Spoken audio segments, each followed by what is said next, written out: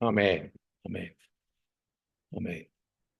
இந்த தேவனுடைய ராஜ்யத்தின் நற்செய்தியை குறித்து பார்த்து கொண்டு வருகிறோம். இந்த நாளிலே 7வது பகுதியிலே நாம் முதலாவது தேவனுடைய ராஜ்யம் என்ற காரியத்தை குறித்து கொஞ்சம் ஒரு சில வாரங்கள் தியானிக்க போறோம். ஒருவேளை நீங்க நினைக்கலாம், இது ரொம்ப தெரிஞ்ச காரியம்.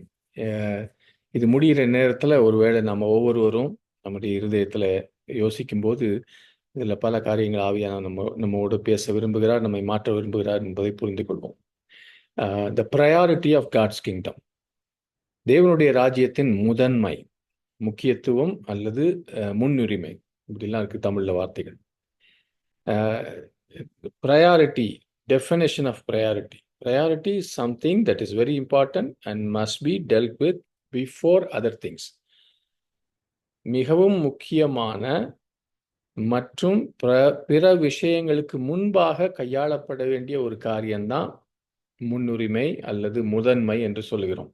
2000 வருஷத்துக்கு முன்பாக ஆண்டவராகிய இயேசு கிறிஸ்து மனு குலத்துக்கு இருக்கிற முதன்மையை குறித்து முக்கியத்துவத்தை, என்ன முக்கியத்துவமா இருக்க வேண்டும் மனிதர்களுக்கு என்பதை பற்றி சொல்லும்போது, மனுகுலத்தை நாம் உலகத்தின் பொருட்களை முதலாவது வைப்பதை குறித்து மிகவும் கண்டித்து, மனிதர்கள் நாம் ஒவ்வொருவரும் எந்த ஒரு காரியத்துல முதன்மையாக இருக்க ஊக்குவிக்கப்பட வேண்டும் என்பதை குறித்து அவர் பேசினார். நம்ம ஒருவேளை தெரிஞ்ச வசனம் நினைக்கலாம். இன்றைக்கு நம்ம இருதயத்தை ஆராய்ந்து பார்க்க போகிறோம். மத்தேயு 6ல 25வது வசனமும் 31வது வசனமும் எல்லாரும் எடுத்துக்குவோம். மத்தேயு 6, ரொம்ப வசனம் பார்க்க போறதில்ல, இன்னைக்கு 3 வசனம் தான் பார்க்க போறோம். மத்தேயு 6வது அதிகாரம் 25ம் 31ம் யாராவது வாசிங்க. ஆகையால் எண்ணத்தை உண்போம் எண்ணத்தை குடிப்போம் என்று உங்கள் ஜீவனுக்காகவும் எண்ணத்தை உடுப்போம் என்று உங்கள் சரீரத்துக்காகவும் கவலைப்படாதிருங்கள் என்று உங்களுக்கு சொல்கிறேன். ஆகாரத்தை பார்க்கிலும் ஜீவனும் உடையை பார்க்கிலும் சரீரமும் விசேஷத்தவைகள் அல்லவா? ஆகையால் எண்ணத்தை உண்போம் எண்ணத்தை குடிப்போம் எண்ணத்தை உடுப்போம் என்று கவலைப்படாதிருங்கள். ஆமென். மனிதர்களுக்கு இயேசு கிறிஸ்து கொடுத்த ஒரு எச்சரிப்பு, ஒரு கண்டிப்பான செய்தி என்னன்னா, நம்முடைய முதன்மையான கவனம் பொருளாதார காரியத்திலிருந்து, உலக பிரமாணமான சரீர பிரகாரமான தேவைகளிலிருந்து அது மாறி, அதை விட முக்கியமான வாழ்க்கையின் முக்கியமான காரியங்களுக்கு போக வேண்டும் என்று ஆண்டவராகிய இயேசு கிறிஸ்து அழைக்கிறார். இது இன்றைக்கு நம்முடைய உலகத்தில் இருக்கிற கலாச்சாரத்துக்கு மிகவும் வித்தியாசமான காரியம். உலகத்துல நம்மை சுற்றி இருக்கிறவர்கள் பார்த்தீங்கன்னா, எவ்வளவு பணம், எவ்வளவு உடை, எந்த கார், எவ்வளவு வீடு, இப்படிதான்.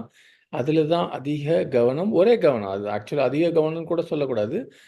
அவர்களுக்கு ஒருவேளை மதம் இருந்தாலும் கூட, தேவன் என்று சொன்னாலும் கூட, அதையும் கூட தங்களுடைய முக்கியமான குறிக்கோளுக்காக, உலகத்தின் செல்வத்துக்காக, பொருளுக்காக செய்வதை நம்ம பார்க்கிறோம். அதுதான் இந்த உலகத்தின் கலாச்சாரம். ஆனால் ஆண்டவராகிய இயேசு கிறிஸ்து இந்த கலாச்சாரத்திலிருந்து நம்ம மாற வேண்டும் என்று மனுஷர்களை அழைக்கிறார். அதனால வருகிற இந்த வாரத்திலிருந்து வருகிற சில வாரங்கள் இப்படி நம்முடைய முக்கியத்துவத்தை எப்படி மாற்றுவது, அதற்கு பின்னால இருக்கிற சில பிரின்சிபிள்ஸ், நியமங்கள் என்ன என்பதை குறித்து நம்ம தியானிக்க போறோம்.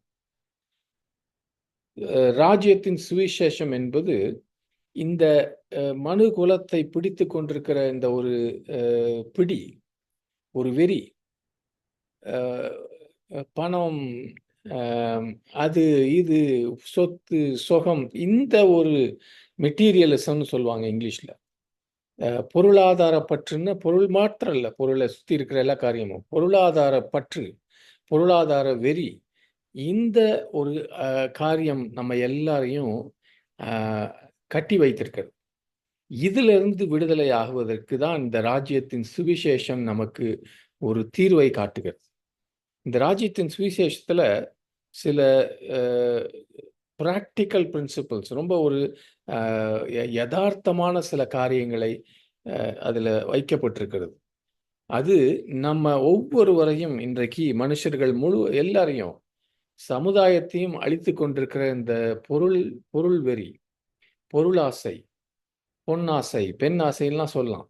இந்த ஸ்பிரிட் ஆஃப் மெட்டீரியலிசம் இது நம்ம சமுதாயத்தை கெடுத்துக் கொண்டிருக்கிறது, ஒவ்வொரு தனி மனிதனையும் கெடுத்துக் கொண்டிருக்கிறது, சபைகளை கெடுத்துக் கொண்டிருக்கிறது, விசுவாசிகளை அழித்துக் கொண்டிருக்கிறது. இதிலிருந்து வெளியே வருவதற்கு ராஜ்யத்தின் சுவிசேஷம் நமக்கு சில பிராக்டிக்கலான, சில யதார்த்தமான பிரின்சிபல்ஸ் நமக்கு இதுல நம்ம கற்றுக்கொள்ள போகிறோம்.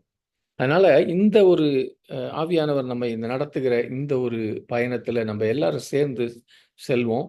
சிருஷ்டிகர் உங்களையும் என்னையும் மனுகுலத்தையும் சிருஷ்டித்த போது நமக்கு கொடுத்த உண்மையான ஒரிஜினல் முதன்மையான காரியம் என்ன என்பதை நாம் கண்டுகொண்டு அதை ரொம்ப சிம்பிளா நான் சொல்ல விரும்பல. ஏன்னா இயேசு கிறிஸ்து சொன்னார்னு மத்தேயு 6:33 ஈஸியா சொல்லிட்டு போயிடுவோம். ஆனால் அந்த ஒரு வசனத்தை நம்ம வாழ்க்கை முழுவதுமாய் தியானித்து பிராக்டிஸ் பண்ணலாம். இந்த நாட்களிலே ஆண்டவராகிய இயேசு கிறிஸ்து ஆவியானவர் மூலமாய் நமக்கு கொடுத்திருக்கிற ஒரு சந்தர்ப்பம் என்னன்னா, நம்ம இதை கேட்டுக்கொண்டிருக்கிற எல்லாருக்கும், ஒருவேளை இன்றைக்கு கேட்டுக்கொண்டிருக்கலாம், யூடியூப் மூலமா கேட்கலாம். நம்ம ஒவ்வொருவருக்கும் ஆண்டவர் கொடுத்திருக்கிற தருணம் என்னன்னா, நம்ம வாழ்க்கையில இருக்கிற காரியங்கள்ல இந்த ப்ரையாரிட்டிஸ் எது முதல், எது 2வது என்றத நம்ம மாற்றும்படியாக ஒரு சந்தர்ப்பத்தை ஆண்டவர் கொடுக்கிறார். இது செய்யும்போது, தேவன் எதிர்பார்க்கிற விதத்துல நாம் இதை மாற்றி வைக்கும்போது, நம்ம வாழ்க்கையில சூழ்நிலைக்கு மேல நம்முடைய உலக பிரமாணமான வெற்றிகள், பணத்தின் செல்வம், சொத்துக்கு மேல நாம் ஒரு கவலை இல்லாத, டென்ஷன் இல்லாத ஒரு வாழ்க்கையை நம்ம வாழ்வதற்கு தேவன் நமக்கு கிருபை தருவார். இந்த ப்ரையாரிட்டிஸ் எல்லாம் நம்ம மாற்றணும்.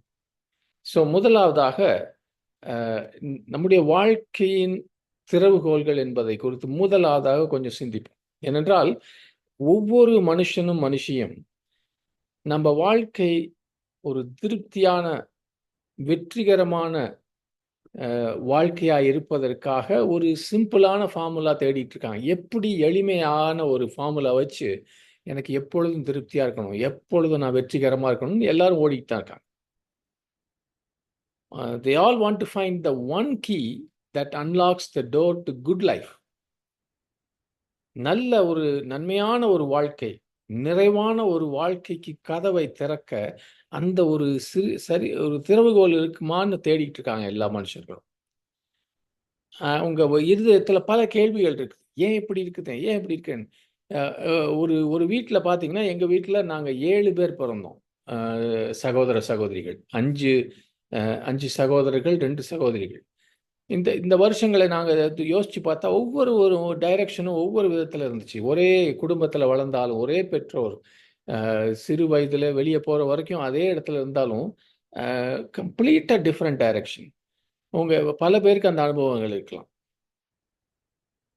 இன்னைக்கு நம்ம வெளியே போய் நம்ம ஜனங்க கிட்ட, இந்த வாழ்க்கைக்கு, உன்னுடைய வாழ்க்கையில வெற்றிக்கு திறவுகோல் என்ன, உன் வாழ்க்கை நல்லா வாழ்வதற்கு திறவுகோல் என்னன்னு கேட்டா பலவிதமான பதில்கள் உங்களுக்கு கிடைக்கும்.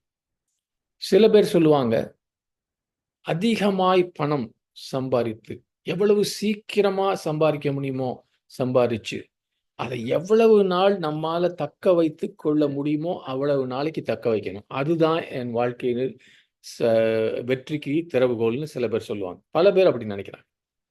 சில பேர் சொல்லலாம், வாழ்க்கையில அரசியல்ல இருக்கிற அதிகாரம் எனக்கு வேணும், அந்த நல்ல இன்ஃப்ளூயன்ஸ், தாக்கம் எனக்கு இருக்கணும், அதுதான் என்னுடைய ஜீவனுடைய திறவுகோல்னு சொல்லலாம். சில பேர் சொல்லலாம், அன்பு என்பது என்னுடைய வாழ்க்கை தருக்கு, நான் என்னை நேசிப்பதற்கு வேணும் ஆட்கள், நான் நேசிப்பதற்கு எனக்கு வேணும்னு சொல்லலாம். சில பேர் சொல்லலாம், அப்படி ஒன்றும் வாழ்க்கைக்கு திறவுகோல்லாம் கிடையாது, வாழ்க்கை என்பதே ஏதோ தற்செயலாக நடக்கிறது, இட்ஸ் அன் ஆக்சிடென்ட், ஒரு விபத்து மாதிரி, ஏதோ பிறந்தேன், ஏதோ வாழ்ந்தேன், எங்கேயோ இருக்கிறேன், எப்படியோ போவேன், கடைசியில் முடிஞ்சு போறேன், இதுல ஒன்றும் இல்லை. இப்படி இந்தியாவில் இருக்கிற பல பேர், நம்ம இந்து மதம் இதை போதிக்கிறது. இது ஏதோ நடந்துச்சு, the life just happened and therefore there is no significance or key. இந்த வாழ்க்கைக்கு ஒரு சரியான அர்த்தமோ முக்கியத்துவமோ இருக்குன்னு சொல்ல முடியாதுன்னு சில பேர் சொல்லும். ஆனா முக்கியமான என்ன காரியம் அப்படி எவ்வளவு எல்லா பேரும் கேட்டாலும், உங்களை இப்ப நான் கேட்டாலும் நீங்க சொல்லுவீங்க ஒவ்வொருத்தரும். ஆனா முக்கியமான உண்மை என்னன்னா, பெரும்பாலான ஜனங்களுக்கு வாழ்க்கையின் திறவுகோல் என்ன என்று அவர்களுக்கு தெரியவில்லை. இங்க இருக்க பல பேருக்கு கூட இருக்கலாம். இதனால்தான் உலகத்துல பெரும்பான்மையான ஜனங்கள் ஒரு சோகமான வாழ்க்கையை வாழ்ந்து கொண்டிருக்காங்க. எதற்காக இந்த உலகத்திலே நாம படைக்கப்பட்டிருக்கிறோம், ஏன் இங்கே இருக்கிறோம் என்பதை குறித்து அவர்களுக்கு தெரியவில்லை. இந்த உலகத்திலே தங்களுக்கு கொடுக்கப்பட்ட நாட்கள், அதை எப்படி ஒரு பயனுள்ளதாக மாற்றிக்கொள்வது என்பதை குறித்து ஒரு ஐடியாவும் இல்லாம இருக்காங்க. அப்படி இருக்கிற கோடிக்கணக்கான ஜனங்கள் அவர்கள் இருப்பது என்பது வாழ்ந்தாலும் மரித்தது போல. ஏனென்றால் ஒரு வாழ்க்கை நோக்கம் இல்லாமல், குறிக்கோள் இல்லாத வாழ்க்கை, a life without a purpose is not really a life at all. அது வாழ்க்கையே கிடையாது. எந்த ஒரு ஜீவனும் எந்த ஒரு வாழ்க்கையிலும் நோக்கம் இல்லாமல் இருக்கும்போது அது வாழ்க்கையே கிடையாது. அப்ப இந்த வாழ்க்கை, நம்முடைய வாழ்க்கை, உங்களுடைய வாழ்க்கை, என்னுடைய வாழ்க்கைக்கு திறவுகோல் என்ன? என்னன்னா, முதலாவது நான் என்னுடைய வாழ்க்கையினுடைய உண்மையான நோக்கம் என்ன என்று கண்டுகொண்டு அதை நான் வாழ வேண்டும். The word purpose, finding your true purpose and living in it, that is the key to life. The purpose the purpose, இந்த நோக்கம் என்ற ஒரு காரியம், இது வாழ்க்கைக்கு முக்கியமான ஒரு அங்க மூச்சு விடுறத விட, சாப்பிடுறத விட, தண்ணி குடிக்கிறத விட இந்த நோக்கம் என்பது மிகவும் முக்கியமான காரியம். நீங்க ஒருவேளை கேள்விப்பட்டிருப்பீங்க, சாப்பாடு இல்லாம ஒரு சில நாட்கள் வாழலாம், தண்ணீர் இல்லாமல் ஒரு நாளோ 2 நாளோ இருக்கலாம், மூச்சு விட முடியாமல் கூட ஒரு சில நிமிடங்கள் வாழலாம். ஆனால் நம்பிக்கை இல்லாமல் ஒரு நொடி கூட ஒரு மனுஷனால வாழ முடியாதுன்னு கேள்விப்பட்டிருப்பீங்க. இந்த நம்பிக்கை என்பது இந்த நோக்கத்தோட இருக்குது. எதை குறித்து நான் வாழுகிறேன்? What is my purpose? இதை நான் புரிந்து கொள்வது என்பது முடியாத ஒரு காரியம். தொடர்ந்து தொடர்ந்து தொடர்ந்து ஆண்டவர் நமக்கு வெளிச்சம் போட்டுக்கொண்டே இருக்கிறார். எவ்வளவு பெரிய நீங்க மகானா இருந்தாலும், பவுல் சொல்றாரு, கடைசி வரைக்கும் எந்த ஓட்டத்தை நிறைவேற்ற அப்படின்னா இன்னும் கண்டுபிடிக்கணும். இன்னும் எதுக்காக எனக்கு உயிர் வச்சிருக்காரு, எதுக்காக நான் வாழ்கிறேன் என்பதை புரிந்து கொண்டு அதுல நடக்கும்படியாக ஓடிக்கொண்டிருந்தான். அப்ப இதுல இந்த இந்த நோக்கம் நிறைந்த வாழ்க்கை, பர்பஸ்ஃபுல் லைஃப், அர்த்தமற்ற வாழ்க்கை, இது 2க்கும் எப்படி வித்தியாசத்தை கண்டுபிடிக்கிறது? நான் இன்றைக்கு சொல்லும்போது கொஞ்சம் தயவு செய்து உங்க வாழ்க்கையை குறித்து சிந்திச்சு பாருங்க. இன்னைக்கு நான் நம்ம ஒவ்வொருவரையும் உற்சாகப்படுத்த விரும்புவது, நீங்க இன்னைக்கு கேட்டுட்டு கொஞ்சம் சும்மா வீட்டில் இருக்கும்போது சிந்திச்சு எழுதணும். நான் என்னுடைய வாழ்க்கையில முக்கியத்துவம் என்ன, எது வைத்திருக்கிறேன், எந்த ஒரு காரியம் என்னை உந்தி தள்ளி கொண்டிருக்கிறது? இதை கேட்கிறவர்கள் தயவு செய்து இதை சிந்திக்கும்படியாக உங்களை உற்சாகப்படுத்துகிறேன். நம்ம யாரும் ரொம்ப பரிபூரணமானவர்கள் அல்ல. நம்ம எல்லாருக்காக தான் ஆவியானவர் பேசிக் கொண்டிருக்கிறார். முதலும் முக்கியமாக எனக்கு பேசிக் கொண்டிருக்கிறார் ஆவியானவர். ஆமென். 4 திறவுகோல்கள் எப்படி இந்த நோக்கம் நிறைந்த வாழ்க்கை, பர்பஸ்ஃபுல் லைஃப், அர்த்தமற்ற வாழ்க்கை, லைஃப் வித்தவுட் மீனிங், இது 2க்கும் எப்படி வித்தியாசம் கண்டுபிடிக்கிறது? முதலாவது, ஒரு சோகமான, நம்ம வாழ்க்கையிலேயே ரொம்ப சோகமான காரியம் என்பது மரணம் அல்ல, நோக்கமற்ற வாழ்க்கை. நான் வாலிபனாகவும் இருந்திருக்கிறேன், இன்னைக்கு வயசாயும் இருக்கிறேன். என்னோட படிச்சவங்க பல பேர் வயசாயிருக்காங்க, பல பேர் மரித்து போயிட்டாங்க. அங்க வாலிப பிள்ளைகளா இருந்தபோது இருந்த அந்த அந்த உற்சாகம், அந்த ஐடியாஸ்லாம் இன்னைக்கு அவர்களை திரும்பி பார்க்கும்போது கண்களிலே அந்த வெளிச்சம் இல்லை, ஒரு ஒரு உற்சாகம் இல்லை லைஃப்ல. அது உடம்பு அவங்க நினைக்கிறாங்க வயதானால இல்ல, அவங்க வாழ்க்கையை நோக்கமற்று வாழ்ந்து முடிக்கிற தருவாய்க்கு வந்துட்டாங்க. ஏனென்றால் இந்த இந்த நம்ம ஜீவனத்தின் சோகமே பணம் இல்லாததோ சொத்து இல்லாததோ அதெல்லாம் இல்லை.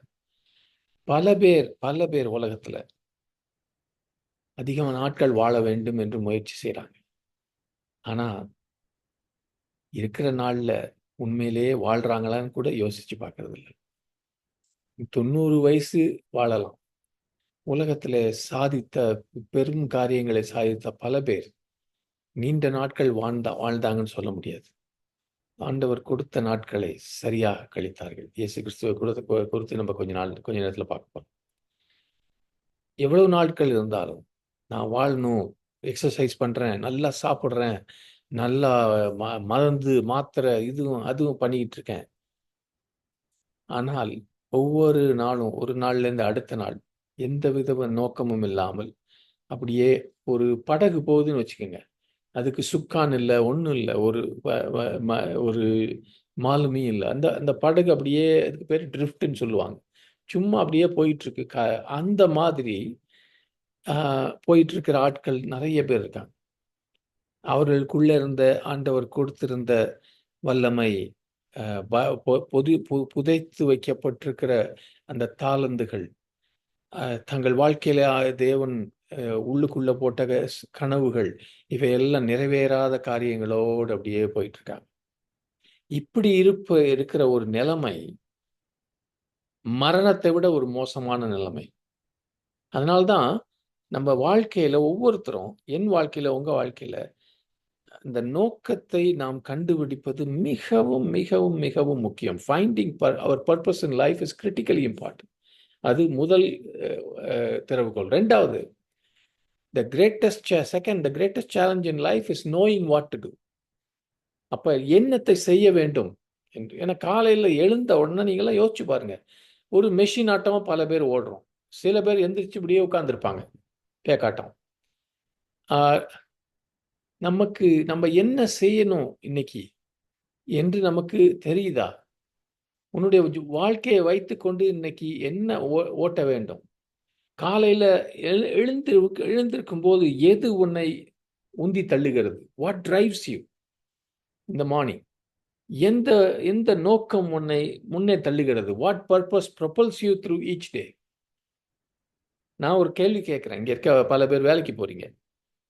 நீங்கள் மாச கடைசியில இந்த செக் சம்பளம் வாங்குவதற்காக வாழ்க்கை நடத்துறீங்களா? Are you living for a pay check or are you living for a purpose? அல்லது ஒரு நோக்கத்துக்காக வாழ்கிறீர்களா? ஒவ்வொரு நாளும் நேத்தை விட இன்னைக்கு ஒரு காரியம் நடந்திருக்கு. நம்ம எல்லாரும் வயசாயிட்டோம். நம்முடைய நேரமும் நம்முடைய எனர்ஜியும் நம்ம சக்தியும் கொஞ்சம் போயிடுச்சு. ஒவ்வொரு நாளும் கடக்கும்போது என்னுடைய கேள்வி என்னன்னா, நீ என்ன செய்ய வேண்டும் என்ற காரியத்தை செய்து கொண்டிருக்கிறாயா? Are you doing what you are suppose to be doing? அது என்னன்னு கூட தெரியுமா உனக்கு? இதெல்லாம் ரொம்ப ஒரு கடினமான கேள்விகள். என்னை கேட்கிறேன் நான். இந்த கடினமான கேள்விகளை நம்ம கேட்டு அதற்கு ஏற்ற பதில்களையும் நாம் அறிந்து கொள்வது நம்முடைய எதிர்காலத்துக்கு மிகவும் நல்லது. நம்ம கடந்த காலத்தை குறித்து அப்படியே வருத்தப்படுவதற்காக இந்த கேள்விகளை கேட்கல. அதே மிஸ்டேக், அதே காரியங்கள்ல தவறாக அதுலயே இல்லாம எதிர்காலத்துல மூவ் பண்றதுக்காக இந்த கேள்விகளை கேட்கும். நான் என்ன செய்ய வேண்டும் என்று எனக்கு தெரியுமா? காலையில் எழுந்திருக்கும் போது எதற்காக அது அது அது அந்த ஐடியா கூட எனக்கு இருக்குதா? அதெல்லாம் கேட்போம். இது ரெண்டாவது, நோயிங் வாட் டு டூ. நம்ம வாழ்க்கையில முதலாவது என்ன சொன்ன, நம்ம நோக்கமில்லாமல் வாழுகிற வாழ்க்கை மிகவும் சோகமான ஒரு காரியம். ரெண்டாவது, கற்றுக்கொள்ளணும். எதற்காக இருக்கிறோம் என்பதை புரிந்து கொள்வது ஒரு பெரிய சவால். The greatest mistake in life is being busy but not effective. இன்னொரு மிக மிக ஒரு பெரிய தவறு வாழ்க்கையில என்னன்னா, பிஸியா இருக்கிறது, ஆனா அதனால ஒரு சரியான பலனும் இல்லை. ஏனென்றால் மனுஷர்களை பார்த்தீங்கன்னா, இது சாபம். ஆக்சுவலா நான் ஏற்கனவே சொல்லியிருக்கேன், ஆதாமையும் ஏவாளையும் தேவன் சிருஷ்டித்த போது அவர்கள் ஓய்வு நாளுக்காக சிருஷ்டிக்கப்பட்டாங்க. ஓடுவதற்காக, ஓடுவதற்காக இல்லை, எல்லாம் கொடுக்கப்பட்டிருந்தது. அந்த ஓடுன்றது இது ஆக்சுவலா மனுஷனுக்கு கொடுக்கப்பட்ட சாபத்தின் நிமித்தமாய். நெற்றி வியர்வை சிந்தி நீ உழைப்பாய், அப்போ கூட உனக்கு நிலத்துல பலன் வராது. So just because you are busy doesn't mean that you are doing something worth doing. நீ ஓடிக்கிட்டே இருக்கிற, அதனால நீ ஏதோ பெரிய காரியம் செய்கிறன்னு அர்த்தம் கிடையாது. பல பேருக்கு என்ன தெரியுமா, நாம ஏமாற்றிக் கொள்கிறோம். ஓடுறோம் ஓடுறோம் பளபள பளபள பளபளன்னு. சில பேர் பேசுறது கூட ஓடுவாங்க. எனக்கு ஒரு ஒரு சகோதரன் தெரியும். ஓடு ஓடு ஓடுன்னு நடக்கும்போது பார்த்துருக்கேன். அவர் நடக்கிறது கார் ஓடுறத விட ஃபாஸ்டா இருக்கும். எங்க போறாரு தெரியுமா? கடைசியில அவரு வேலையில ஒண்ணுமே இல்ல. அவரு லைஃப் பூரா ஒரே வேலையில இருந்தாரு. அவர் ஓடுறத பார்த்தீங்கன்னா, ஏதோ பெரிய காரியம்னு நெனைப்பீங்க. ஒரு 30, 40 வருஷம் இருந்தாரு இங்க ஓடிக்கிட்டு. அவர் எந்த வேலையில ஆரம்பிச்சாரோ, அந்த வேலையில தான் முடிஞ்சாரு. அத்தன வருஷம் கழிச்சு. வேலைய மாத்திரம் சொல்லல, ஊழியம் ஒண்ணும் இல்ல. அப்ப நம்ம பிஸியா இருக்கிற மாரி இருக்கிறோம். பிஸியா இருக்கிற மாரி நெனைக்கிறோம். சில சமயம் பிஸியா இருக்கிற மாரி காட்டுறோம். அதனால நம்ம வாழ்க்கை முக்கியமான வாழ்க்கை என்று அர்த்தம் இல்ல. Significance has nothing to do with busyness, but with everything to do with effectiveness. நீ முக்கியமான ஒரு ஆளா? உன் வாழ்க்கையில இருக்கிற நோக்கம் முக்கியமான நோக்கமா? நீ பிஸியா இருக்கிறத விட, எந்த அளவுக்கு நீ ஒரு எஃபெக்டிவா இருக்கிற, செய்வதில காரிய சித்தி உள்ளவனா இருக்கிற. Jesus was the most effective person who ever lived on earth, but he was never busy. ஆண்டவராகிய இயேசு கிறிஸ்து தான் உலகத்துல வாழ்ந்த எந்த மனிதர்களும் மிகவும் ஒரு எஃபெக்டிவ்க்கு என்ன சொல்லலாம், பலனுள்ள ஒரு வாழ்க்கை வாழ்ந்தார். பயனுள்ள கனியுள்ள ஒரு வாழ்க்கையை வாழ்ந்தார். எஃபெக்டிவ். ஆனா அவர் ரொம்ப பிஸியா இருக்காருன்னு சொல்ல முடியாது. எது இயேசு செஞ்சாலும் அதுக்கு பின்னால நோக்கம் இருந்துச்சு. யோசிச்சு பாருங்களேன். அவர் ராத்திரி பூரா மலையில போய் ஜெபித்தாருன்னு. பிஸியா இருக்கிற ஆளுங்க அப்படி செய்ய மாட்டாங்க தெரியுமா? அது என்னது? முழங்கால போட்டு சும்மா உட்காந்துக்கிட்டு மேலே பார்த்துக்கிட்டு என்ன செய்யற? ஒன்றும் செய்யல, முழங்கால் போட்டிருக்க. அப்படிதான் நினைப்பாங்க. உலகத்துல இருக்க பிஸியா இருக்காங்க பாருங்க, பெரிய பெரிய பிசினஸ் மேன் இவங்கெல்லாம். அவங்க சொல்லுவாங்க டைம் இஸ் மணி, சும்மா உட்காந்துருக்காரு. ஆனா ஆண்டவர் செஞ்சதுக்கெல்லாம் பின்னால் நோக்கம் இருந்துச்சு. என்ன அவர் செய்ய வேண்டும் என்று அவருக்கு தெரிந்து அதை செய்தார். அதனால அவர் வாழ்க்கை பலனுள்ளதா இருந்துச்சு. அவர் சகோதரி அவர் 33 வருஷம் தான் இருந்தார். அவர் ஊழியம் செஞ்சது 3.5 வருஷம் தான். இயேசுவுக்கு முன்பாகவோ அவருக்கு பின்பாகவோ அவரை விட ஒரு பலனுள்ள வாழ்க்கை, அர்த்தமுள்ள வாழ்க்கை, தாக்கமுள்ள வாழ்க்கை வேறு யாரும் வாழ்ந்ததில்லை. So it is not the number of years you live. It is not the number of years you minister. It is not the quantity. It is the purpose. எந்த அளவுக்கு எவ்வளவு வருஷம் ஊழியம் செய்யற இதெல்லாம் முக்கியம் இல்லை. சில பேர் வந்து சொல்றாங்களே, நான் 40 வருஷம் ஊழியம் செஞ்சேன், 50 வருஷம். ஓகே, அது ஏன் சொல்லணும்? அதை ஏன் சொல்லணும்? நீ சொல்லவே தேவையில்லை. உன்னுடைய ஊழியத்தின் கிரியை வெளியே தெரியும். ஆண்டவராகிய இயேசு கிறிஸ்து எல்லா இடத்துலையும் போய் சொல்ல, நான் 3.5 வருஷம் முழு நேர ஊழியம் செஞ்சேன். யார்கிட்டையும் சொல்ல தேவையில்லை. உலகம் பாதிக்கப்பட்டது. மரித்தவர்களிலிருந்து வாழப்போகிற எல்லாருக்கும் அவர் ஊழியத்தை செய்தார். ஆமென். அப்படின்னா it's a tragedy to waste time and energy on unfocused business. ஒரு எந்த ஒரு நோக்கம் இல்லாமல் சும்மா பிஸியா இருக்கும் பாருங்க. அதுல போய் நேரத்தையும் நம்ம பலத்தையும் வீணாக்குவது அது ஒரு சோகமான காரியம். ஏனென்றால் நேரத்தை நீங்க செலவழிச்சிட்டீங்கன்னா அது திரும்ப கிடைக்காது. உங்க பலத்தை நீங்க செலவழிச்சிட்டீங்கன்னா திரும்ப கிடைக்காது. அப்ப தயவு செய்து நம்ம என்ன கற்றுக்கொள்ளணும்னா, எப்படி நம்ம நல்ல ஒரு பலனுள்ள வாழ்க்கையை வாழலாம் பிஸியா இல்லாம. ஆமென். உங்க எல்லாருக்கும் தெரியும் மார்த்தா மரியாளுடைய அந்த இது யார் பிஸியா இருக்கிறான்னு ஆண்டவர் பார்க்கல. அதை குறித்து இன்னும் கொஞ்சம் நேரத்தில் பார்க்க போறோம். ஆமென். இப்போ இந்த 3 கீஸ் நான் சொன்னேன் இது வரைக்கும். முதலாவது, ஒரு நோக்கமில்லாத வாழ்க்கை என்பது மிகவும் ஒரு சோகமான காரியம். 2வது, நமக்கு இருக்கிற பெரிய பெரிய சவால் என்ன நம்ம செய்ய வேண்டும் என்பதை நாம் புரிந்து கொள்ள வேண்டும். 3வது, நம்ம செய்யற பெரிய தவறு வாழ்க்கையில சும்மா பிஸியா இருக்கிறது, ஆனால் அதுல பலன் இல்லாமல் இருக்கிறது. 4வது அண்ட் ஃபைனலி கடைசியாக, The greatest failure in life is being successful in the wrong assignment. ஒரு தவறான ஒரு காரியத்தை, தவறானன்னா கெட்டன்னு சொல்ல, நீங்க செய்ய வேண்டிய காரியம் இல்லை அது. ம்? ஆஹ், வேற யாரு காரியமோ இல்லை வேற எந்த காரியத்தையோ தவறு வேண்டாதது. அந்த ஒரு வேண்டாத ஒரு காரியத்துல அதிகமாய் வெற்றி காண்பது என்பது வாழ்க்கையில் இருக்கிற ஒரு பெரிய பெரிய தோல்வி. உதாரணமாக சொல்றேன், பல மியூசிக்ல நல்ல டேலண்ட் இருக்க பல பேரை நான் பார்க்குறேன். அவங்களுக்கு ஆண்டவர் அருமையான தாளந்தை கொடுத்துருக்காரு, அழகாய் பாடுவதற்கு. அப்படி மேலே போகலாம், யாருக்கும் மேலே கீழே வரலாம் ஒரே டைம்ல. அந்த மாதிரி ஆட்களை நிறைய பேர் பார்த்துருக்கேன் உலகத்தில்.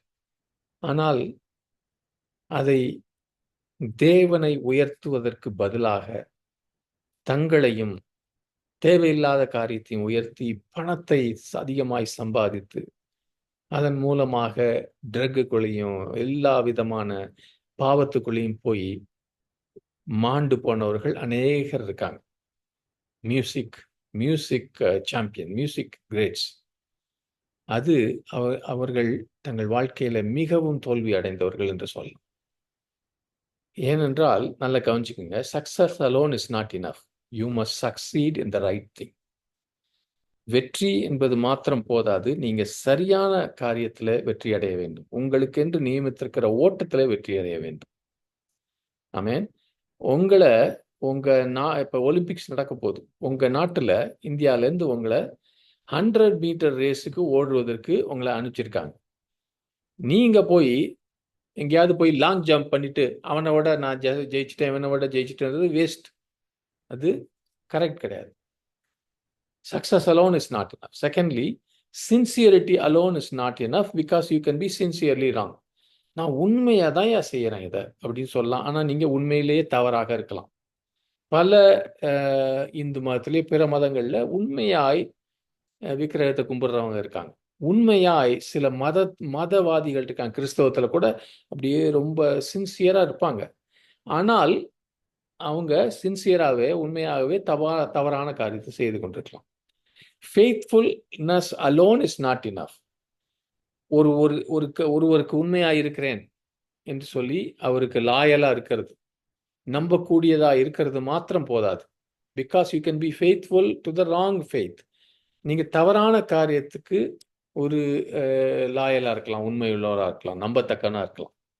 எனக்கு தெரியும் சில பெரிய ஆட்கள் பார்த்தீங்கன்னா பணக்காரங்களாக இருக்கலாம், பொலிட்டிஷியன்ஸாக இருக்கலாம். அவங்க கூட பார்த்தீங்கன்னா 50 வருஷம் 60 வருஷமாக இந்த ஆள் ஒர்க் பண்ணுறாரு என்கிட்ட. அப்படியே இருப்பாங்க, கூடவே இருப்பாங்க, அவர் சொல்கிறது தான் சரி அப்படி. ஆனால் அந்த இடத்துல அவங்க தவறான ஒரு ஆளோட இருந்தால் அது அவங்களுடைய லாயல்ட்டி, அவங்களுடைய உண்மை என்பது வேஸ்டான ஒரு காரியம். Commitment alone is not enough because you can commit it to the wrong cause. இந்த காரியத்துக்கு நான் அர்ப்பணிப்போடு இருக்கிறேன். உங்களுக்கு தெரியும், மதத்துக்காக ஒருத்தனை போய் கொலை பண்ணுறதுக்கு ரெடியாக இருக்கிறாங்க ஆளுங்க, ஜிஹாது அது இதுன்னு சொல்லிட்டு. நீங்கள் தவறான ஒரு காரியத்துக்காக அர்ப்பணிப்பு கூட இருக்கலாம். அதனால தவறான பாதையில் போய் அதில் வெற்றி பெறுவது என்பது தோல்வி. ஆக்சுவலாக என் வாழ்க்கையின் நோக்கம் அது கிடையாது. ஒரு உதாரணம் சொல்கிறேன்னே, நீங்கள் உங்களை ஆண்டவர் ஒரு தீர்க்க தரிசன ஊழியத்துக்கு அழைத்திருக்கிறார். நீங்கள் போய் பாஸ்டராக இருந்து நல்ல ஒரு பெரிய கூட்டம் ஆள்கள் உங்கள் பின்னாடி வந்தால் கூட அது தோல்வி. ஏனென்றால் அது உங்களுடைய நோக்கமாக ஆண்டவர் உங்களை உருவாக்கவில்லை. அல்லது முழு நேர ஊழியத்தின் பாதையில் உங்களை அழைச்சிருக்கிறாரு, அதை விட்டுட்டு நீங்கள் போய் பிஸ்னஸ் பண்ணி எக்கச்சக்கமாக பணம் சம்பாதிச்சிருக்கீங்க. அந்த வெற்றி என்பது ஆக்சுவலாக தோல்வி. God is not impressed with our sincerity, faithfulness, commitment or success unless we are pursuing the right assignment, his assignment. தேவன் அவர் நமக்கு வைத்திருக்கிற அழைப்பு, நமக்கு கொடுத்திருக்கிற வேலையை நாம் தொடராமல், நாம் எவ்வளவு உண்மையாக எவ்வளவு அர்ப்பணிப்போடு எவ்வளவு வெற்றி இருந்தாலும் கூட அதில் தேவனுக்கு பிரியம் கிடையாது. அவர் சொன்ன காரியத்தை, சொன்ன நோக்கத்தை, வைத்திருக்கிற நோக்கத்தை நான் நிறைவேற்றினால்தான் தேவனை பொறுத்தவரையில நான் வெற்றி பெற்றவன். மற்ற எதுவா இருந்தாலும் அது தோல்விதான். ஆமென். இந்த 4 காரியத்தையும் ஞாபகம் வச்சுக்குவோம். இந்த 4 காரியம் சொல்றேன். நம்ம the greatest tragedy in life is life without a purpose.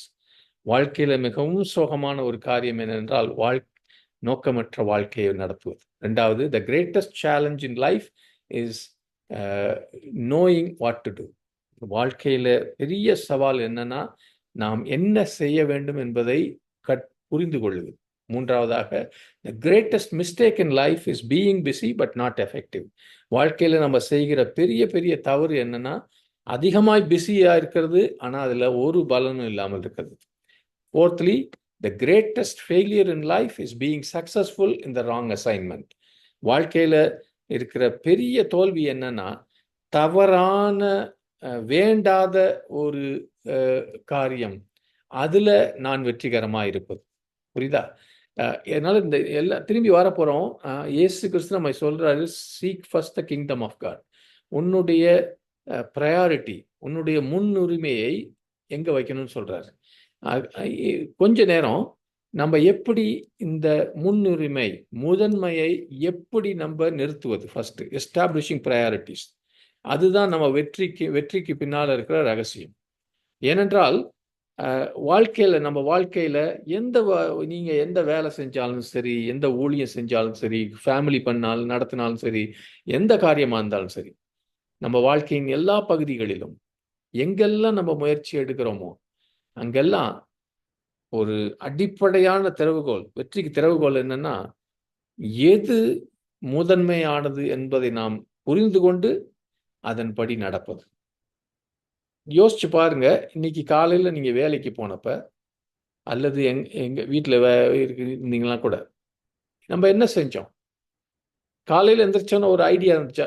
நான் ஒரு எக்ஸாம்பிள் சொல்றேன். இன்னைக்கு எனக்கு நான் ஒரு திருப்தியான நாள் நான் நினைக்கிறேன். எனக்கு ஒரு 11, 12 காரியம், வித்தியாசமான காரியங்கள் காலையில் எந்திரிச்சோன்னு நினைச்சேன். எல்லாத்தையும் முடிக்க முடிஞ்சுச்சு. ஆவிக்குரிய காரியங்கள் இதை இன்னைக்கு ப்ரிப்பேர் பண்ணேன். இந்த செய்தியை சர்ச்சோட ப்ரோக்ராம்லாம் போட்டேன். அதே சமயம் பிஸ்னஸ்ல பலவிதமான காரியங்கள் இருந்துச்சு. அது எல்லாம் கை வலிக்க ஆரம்பிச்சு டைப் பண்ணி, இப்போ இங்கெல்லாம் வலிக்குது. இவ்வளவு நேரம் வரைக்கும் பண்ணியிருந்தேன். ஏனென்றால் நாம் எது முதலாவதாக செய்யணும், எது 2வதாக செய்யணும் வச்சு வேகமா செய்யும் போது ஆண்டவருடைய கிருபை இருக்குது. அந்த முதன்மையில நம்ம சில நாட்கள், எல்லா நாட்களும் அப்படி இருக்கிறது இல்லை, சில நாள் இப்படியே உட்காந்துக்கிட்டு எதையாவது யோசிச்சுக்கிட்டா ஃபினிஷ். நம்முடைய முதன்மை கிரமை அந்த வரிசையில ஏதாவது நம்ம இன்னைக்கு காலையில் எந்திரிச்சோன்னா கிராண்டிசன் வேலைக்கு போகும்போது ஒருவேளை ஒரு ப்ராஜெக்ட்ல முக்கியமான ஒரு காரியம் ஆர்டர் பண்ணாம விட்டாச்சு, அதனால எல்லாம் டிலே ஆக போகுது. அதான் முதல்ல அவரு பார்த்துருக்கணும். அப்படி இருந்துச்சுன்னா ஃபோன் பண்ணி இவனை கூப்பிட்டு அங்கே ஸ்டாக் இருந்தா இங்கே ஸ்டாக் இருக்கா ஏதாவது பண்ணி எவ்வளவு முயற்சி எடுத்தாலும் அதை முதல்ல முடிச்சுட்டு தான் மற்ற வேலையெல்லாம் பார்க்கணும். நடுவில் எவனாவது எனக்கு தலை வலிக்குது, கால் வலிக்குது, இந்த ஆள் இவன் கம்ப்ளைண்ட் பண்ணுறான், இதெல்லாம் சொல்லுவாங்க. நிறைய மற்ற வேலையெல்லாம் வரும். ஆனால் அவர் ப்ரையாரிட்டி அவருடைய மனசில் போகும்போது தீர்மானம் பண்ணிட்டாரு, இந்த ஒரு காரியத்தை வச்சுக்குவேன். அது போல நம்ம வாழ்க்கையில பெரிய பிக்சர்லையும் நம்ம என்ன செய்யணும், 1 2 3 4 அப்படி இருக்கும்போது 1 இருக்கு பாருங்க, அதுல இந்த காரியத்துல ஃபிட் ஆகாத காரியம் வரும். இதுக்கு சம்மந்தம் இல்லாத காரியங்கள், பல காரியங்கள் வரும். ஆமேன். ஒரு உதாரணம் சொல்ல, இன்னைக்கு நான் அப்படி இத்தனை காரியம் எனக்கு பிஸியா இருக்கும்போது சில பேர் கூப்பிட்டானுங்க. இந்தியால இருந்து ஒரு ஆள் சொன்னா, நம்ம உங்ககிட்ட பேசலாமான்னு. என்ன வேணும்னு கேட்டேன். நான் ஏதோ கதை விட்டான். 2 நிமிஷத்துல அவனுக்கு இப்போ முடியாதுன்னு சொல்லிட்டேன். அதோ அப்படி கட் பண்ணணும்.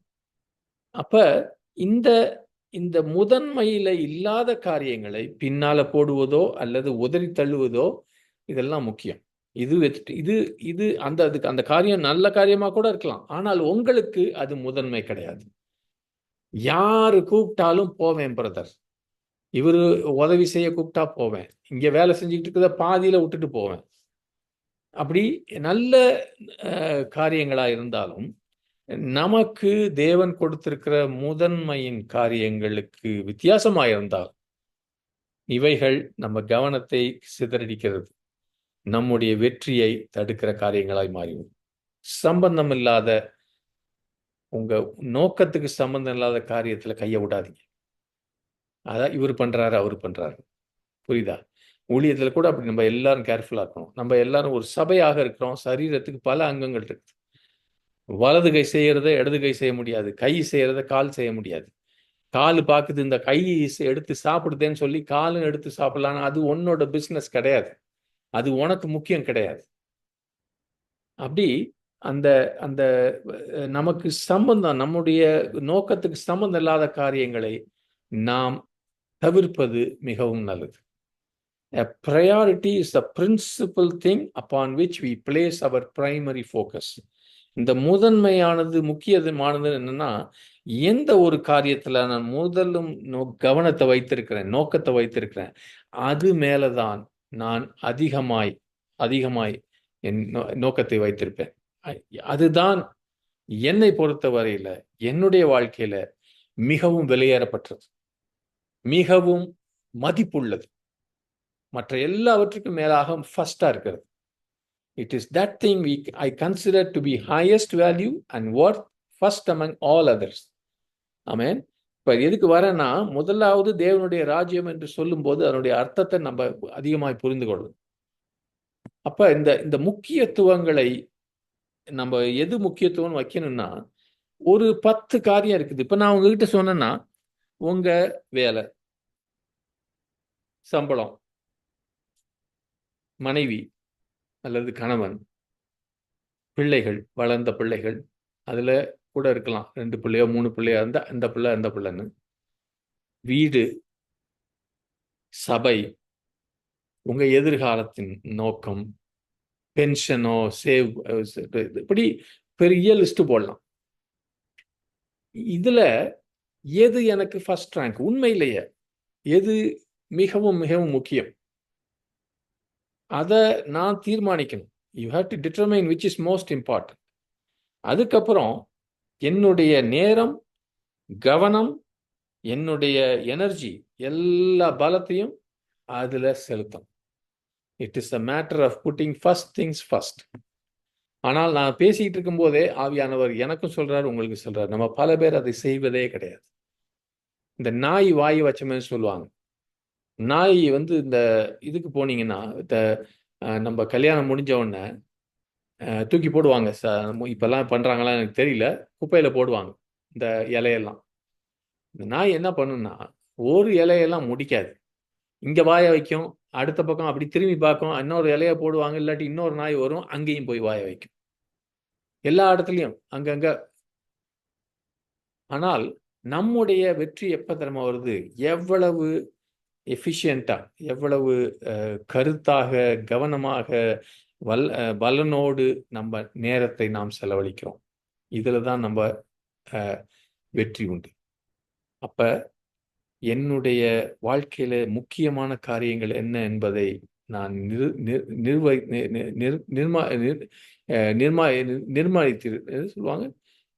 நிர்ணயித்து விட்டு, I have to establish priorities. அதுக்கப்புறம் I have to put first things first. முதல் காரியத்தை முதலாக வைக்கணும். அது என்னன்னா, இதுதான் நம்ம டைமை, நம்ம வாழ்க்கையில எல்லாருக்கும் இருக்கிற டைமை மேனேஜ் பண்றதுக்கு இது ஒரு முக்கியமான திறவுகோல். ஏனென்றால் இங்க இருக்கிற எல்லாரையும் சேர்த்து சொல்றேன், நம்ம எல்லாருக்குமே நமக்கு இருக்கிற காலம் என்பது மிகவும் விலையேறப்பட்டது, குறைஞ்சது. அப்ப இந்த ப்ரையாரிட்டி வைக்கும்போது, எது முக்கியம் இல்லைன்னு வைக்கும்போது கவன சிதறல்லாம் குறையும். ஃபோக்கஸ், கவனம் அதிகமாய் சில முக்கியமான காரியத்துல வரும். நமக்கு ஒவ்வொரு நாளும் இருக்கிற டைம்ல அதுல மேக்சிமம் அதுல நம்ம பலனை எடுப்போம். Success in life is the effective use of time. நமக்கு இருக்கிற நேரத்தை, காலங்கள், காலத்தை பிரயோஜனப்படுத்தி கொள்ளணும்னு பவுல் சொல்றாரு, ஆதாயப்படுத்தி கொள்ளணும். Success in life is the effective use of time. எவ்வளவு நல்லா அந்த டைமை நம்ம பயன்படுத்துறோம் என்பதை பொறுத்து தான் நம்ம வாழ்க்கையில, ஜீவன்ல வெற்றி வரும். ஏனென்றால் each of us is the sum total of what we spend our time on. நீங்கள் எதில் நேரத்தை செலவழிக்கிறீங்களோ அதுதான் உங்களை காட்டும். இன்னைக்கு நீங்கள் யார் என்று நான் கேட்டால், எதில் நீங்கள் உங்கள் கடந்த காலத்தில் நீங்கள் டைமை செலவழிச்சிங்க? முசாஃபா லேபர் கேம்பில் வரும்போது இப்போ முன்னாடிலாம் நான் பல சகோதரர்கள் எனக்கு சொல்லுவாங்க, பிரதர் நான் சின்ன வயசில் படிச்சிருந்தா இப்படி ஒரு லேபரா வெயில்ல இப்படி கஷ்டப்பட்டு வேண்டிக்கவே தேவை. சின்ன வயசுல நான் நேரத்தை வீணடிச்சிட்டேன். உண்மை இல்லையா? நீ இன்னைக்கு எப்படி இருக்கன்றது கடந்த காலத்துல நீ உன்னுடைய நேரத்தை எப்படி செலவழிச்சா என்பதற்கு அதனுடைய விளைவாக தான் இன்னைக்கு இப்படி இருக்கிற. நீ யாரையும் குறை சொல்ல முடியாது, குற்றம் சொல்ல முடியாது, தேவனெல்லாம் குற்றம் சொல்ல முடியாது. Think about what you did with your time. உன்னுடைய வாழ்க்கையில இன்னைக்கு இதை குறித்த ஒரு அறிவு குறைவா இருந்தால், if you are lacking in knowledge, நீ அப்படியே ஒரு எய்ம் இல்லாம, ஒரு நோக்கம் இல்லாம நேரத்தை செலவழிச்சிட்டு இருப்ப, பலன் இல்லாம சில பேர் அப்படியே இருக்காங்க. பார்த்தாலே எனக்கு தெரியும், நிற்கும் போதே அப்படி நிற்பாங்க. என்னதான் நடக்கும் நடக்கட்டுமே அப்படிதான் நிற்கும் போதே தெரியுது. ஆவியானவர் சொல்றாரு, இவன் ஒண்ணுமே ஒரு இதுலையும் கவனம் கிடையாது, ஒன்னுத்தையும் யோசிக்கிறது இல்லை. The way you invest your time determines the level of your success. எந்த அளவுக்கு எதில் போய் நான் சொல்கிறேன், நான் அதிகமாக ஸ்போர்ட்ஸில் சக்ஸஸ்ஃபுல்லாக இருக்கவங்களை குறித்து நான் அதிகமாக படிப்பேன். ஏன்னா வாலிப வயசுலேயே அவங்க அவ்வளோ மேலே வராங்க. உங்களுக்கெல்லாம் தெரியும், சச்சின் டெண்டுல்கர், விராட் கோலி, இந்த மாதிரி கிரிக்கெட்டர்ஸ்லாம் 5 வயசுலேருந்து ஒரு நாளைக்கு 4 மணி நேரம் 5 மணி நேரம் ஸ்கூலுக்கு போகிறதுக்கு முன்னாடி சச்சின் டெண்டுல்கர் 4 மணிக்கு காலையில் எழுந்திரிச்சு 4 இல்லாட்டி 5 மணிக்கு அவன் பிரதர் கூப்பிட்டு போவார். ரொம்ப ஒன்றும் பணமெல்லாம் கிடையாது. பேட் அது கடைசி வரைக்கும் அவர் ரிட்டையர் ஆகிற வரைக்கும் பண்ணிக்கிட்டார். ஏன்னா அதில் கவனம் வைக்கும்போது அதில் தான் வெற்றி அந்த அளவுக்கு வரும். அதனால அவனுக்கு அவன் கவனம் எல்லாம் கிரிக்கெட் தான் ஃபர்ஸ்ட். அதில் முழு கவனத்தையும் வச்சான், வேற எதுலையும் போல. புரியுதா? we need to pay close attention to time. ஏன்னா இந்த நேரம் இருக்கு பாருங்க, அதுதான் நம்ம இந்த பூமியில நம்ம வாழ்க்கையில இருக்கிற ஒரு அளவு. It's a true measure of our earthly life. நம்ம இந்த உலகத்துல ஜீவிக்கிற நாட்கள் குறைவு, வருஷங்கள் குறைவு, நேரங்கள் குறைவு. வரப்போகிற நித்தியத்துல நேரம் என்பதுக்கு ஒரு கணக்கு கிடையாது. ஆனா இன்னைக்கு நேரம் உங்களுக்கும் எனக்கும் குறைவு, லிமிட்டட். இன்னைக்கு பூமியில இந்த அளவான நாட்களுக்குள்ளே நீங்களும் நானும் கட்டப்பட்டிருக்கிறோம். எப்படி ஒரு பிசினஸ்லயோ ஒரு நாட்டிலேயோ பணம் இருக்கு பாருங்க, பணம் அதுதான் கரன்சி இல்லையா, மணி இல்லாட்டி கோல்டு. வாழ்க்கைக்கு வேண்டிய பணம் என்பது டைம். எப்படி நீங்க பணத்தை காசை வச்சு நீங்க சாமான் வாங்குறீங்களோ, இன்னைக்கு நான் டைம், எனக்கு இருக்கிற நாட்களை வைத்து நான் ஜீவனை வாங்குகிறேன். ஆமென். பணத்தை நீங்க சரியா போடும்போது, இன்வெஸ்ட் பண்ணும்போது, கொஞ்சம் பணத்தை போட்டு நிறைய பணம் எடுக்கணும்னு முயற்சி செய்வீங்க. அதுதான் ஃபைனான்சியல் சக்சஸ். பணத்துல வெற்றினா அதான். 100 ரூபா போட்டு 1000 ரூபா உங்களுக்கு வந்துச்சுன்னா நீ நல்ல ஒரு வெற்றி கண்டிருக்கிற பண காரியத்துல. அதே போல உன்னுடைய வாழ்க்கையில வெற்றி வர வேண்டும் என்றால், உனக்கு இருக்கிற டைமை, உனக்கு இருக்கிற நேரத்தை நீ அதிகமாய் அதை முதலீடு செய்து அதன் மூலமாய் அதிகமான பலன்கள். யோசிச்சு பாருங்க, ரெய்னார்ட் பங்கிக்கும் ஒரு வாழ்க்கை தான் இருந்துச்சு, நமக்கும் ஒரு வாழ்க்கை தான். அவருக்கு 1000 வருஷம் ஆண்டவர் கொடுக்கவில்லை. அவரும் 78 வயசுல 79 வயசுல இறந்து போயிட்டார். எத்தனை கிறிஸ்தவர்கள் 78 வயசு 80 வயசு 90 வயசு இருக்கிறாங்க?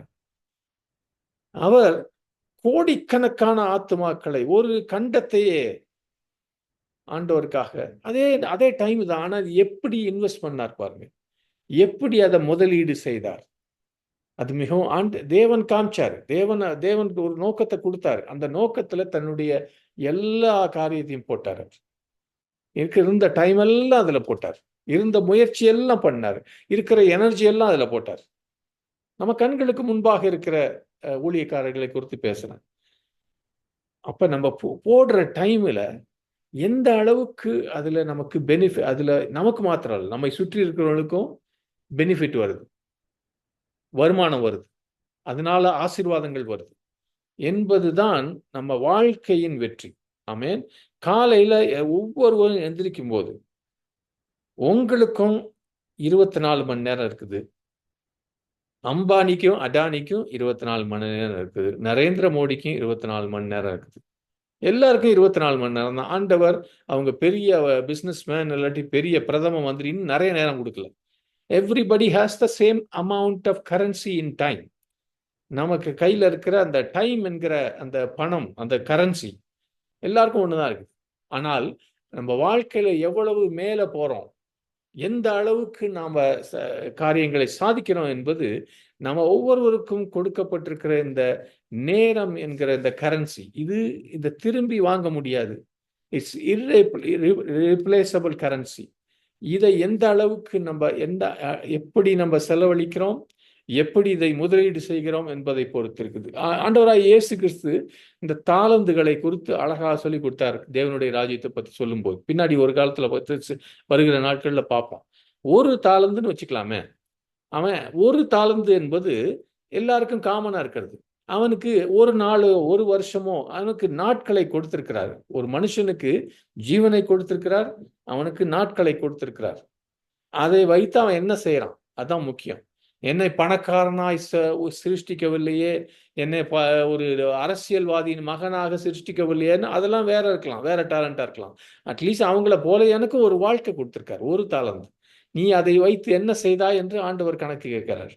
அதை வச்சுதான் நான் என்னுடைய நேரத்தை எப்படி நான் செலவழிக்கிறேனோ அதுதான் என் ஜீவனத்தின், என் வாழ்க்கையின் தரத்தை காட்டுகிறது. ஆமென். ஜீவனத்தை, என் நாட்களை, என்னும் அறிவை தாரும் கர்த்தாவே, அதை ஒவ்வொரு நாளையும் எந்த அளவுக்கு நீங்க பிரயோஜனப்படுத்துறீங்களோ, ஆண்டவராய் இயேசு கிறிஸ்து சொல்றாரு, ஒவ்வொரு நாளையும் என்னுடைய ராஜ்யத்துக்காக பயன்படுத்து. அதுதான் பெஸ்ட் யூஸ்.